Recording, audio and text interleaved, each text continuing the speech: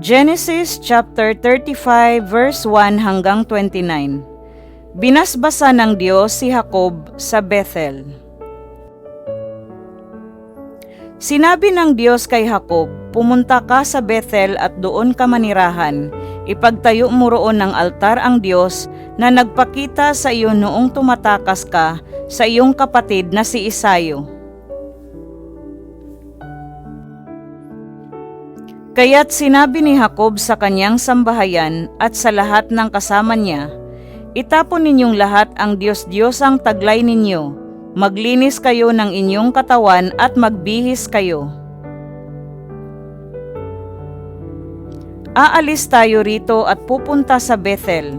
Magtatayo ako roon ng altar para sa Diyos na kasama ko saan man at laging tumutulong sa akin sa panahon ng kagipitan."